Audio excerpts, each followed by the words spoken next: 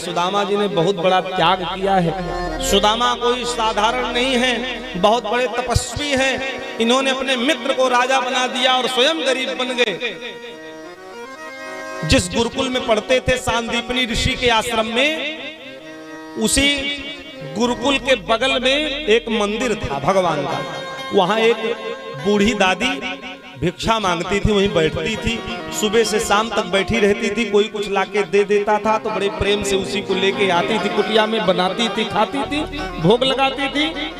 एक दिन मंदिर पर बैठी रही वो वृद्ध दादी और सुबह से शाम हो गई, कोई कुछ लेकर के नहीं आया तो बड़ी निराश हो गई। लग रहा है आज भूखों रहना पड़ेगा। तो संध्या का समय था, चलने का समय था और एक वृद्ध, एक नौजवान पोटली लेकर के आया, रंगीन पोटली, उसके अंदर चने थे, भुने हुए चने। उसी को जो है रख करके चला गया। उस दादी ने देखा उसको, पोटली बड़ी सुंदर थी, मन में हुआ कि इससे ठाकुर जी के वस्त्र बनाऊंगी और जो चना था इससे सत्तू बना करके भगवान को भोग लगाऊंगी, कुछ पकवान बना के। कुटिया में ले आई, चोर की दृष्टि पड़ गई थी। उसको ये पता चला कि भाई इसके अंदर कुछ मूल्यवान संपत्ति है, धन है, सोना है, तो उसकी भी निगाह उसी पोटली पर थी। तो वृद्ध महिला अपनी कुटिया में आई और थक गई थी। रास्ते में दूर था थोड़ा मंदिर, उनकी कुटिया दूर थी मंदिर से, तो रख दिया और रख करके विश्राम करने लेट गई।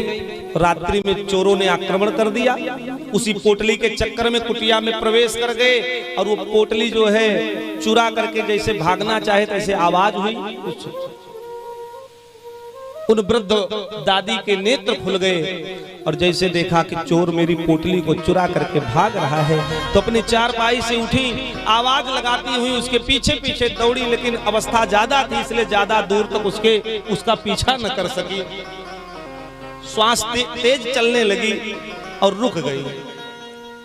वो चोर जो है उस पोटली को लेकर के भागता हुआ डर के मारे सांदीपनी ऋषि के आश्रम में पहुंचा। तो चार दीवारी को जो है फांद करके इस पार से उस पार चला गया गुरुकुल में।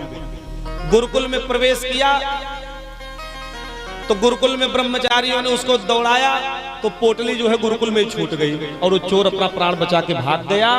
इधर उस वृद्ध महिला ने, दादी ने, उन्होंने जब ये समझा कि पोटली चोर चुरा के लेके भाग गया है तो श्राप दे दिया, इस पोटली में जो चना है जो खाएगा वो गरीब हो जाएगा, दरिद्र हो जाएगा, खाने के लिए अन्न नहीं रहेगा घर में उसकी।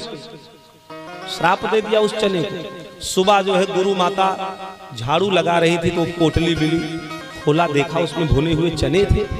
सोचा कहीं से आ गया होगा, बड़ी सुंदर पोटली में बंद थे। उसको ले आई, कुटिया में रख लिया, किसी दिन उपयोग में ले लेंगे। एक दिन गुरु आज्ञा से कृष्ण और सुदामा दोनों जंगल में समिधा लाने के लिए जा रहे थे यज्ञ के लिए। गुरु माता ने रोका, बेटा रुक जाओ, भूख लगेगी रास्ते में। तो ये चना है, भुने हुए चने हैं, वही चना। कहा ये भुने हुए चने हैं, सुदामा के हाथ में दिया, जाओ दोनों लोग इसको ग्रहण कर लेना। सुदामा ने उस चने को लिया हाथ में, लेकर के पहुंच गए जंगल में।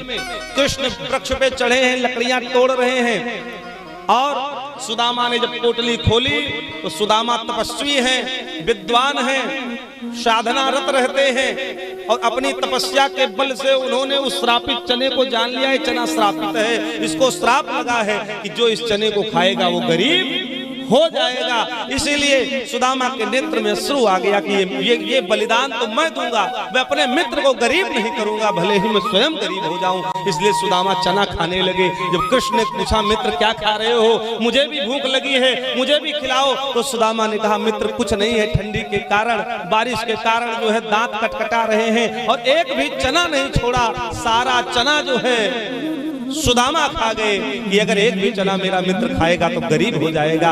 हम दोनों गरीब नहीं होना चाहते, हमारा मित्र अमीर बना रहे, द्वारिका का मालिक बन जाए, हम स्वयं गरीबी के इस दंश को झेल लेंगे। इसलिए सारा चना सुदामा स्वयं खा गए। जो मित्र का कर्तव्य होता है एक मित्र के प्रति, वो सुदामा जी ने बखूबी वहां पर निभाया। और ये बात श्री कृष्ण को पता है, ऐसा नहीं कि उनको नहीं मालूम है, ये उसी इंतजार में भगवान है कि एक बार मेरा मित्र मेरे पास आ जाए। उसने मुझको यहाँ तक पहुँचाने में इतना बड़ा बलिदान दिया है, मैं स्वयं एक लोक का मालिक बन जाऊंगा, लेकिन अपने मित्र को 2 लोकों का मालिक बना दूंगा। मैं छोटा बन जाऊंगा, मैं उसको अपने से बड़ा बनाऊंगा, क्योंकि बाल्यावस्था में मेरे लिए, मेरी प्रसन्नता के लिए उस श्रापित चना को स्वयं मेरा मित्र खा गया। इसलिए कृष्ण अपने द्वारिका के महलों में बैठ करके इंतजार कर रहे हैं। आज सुदामा जी चले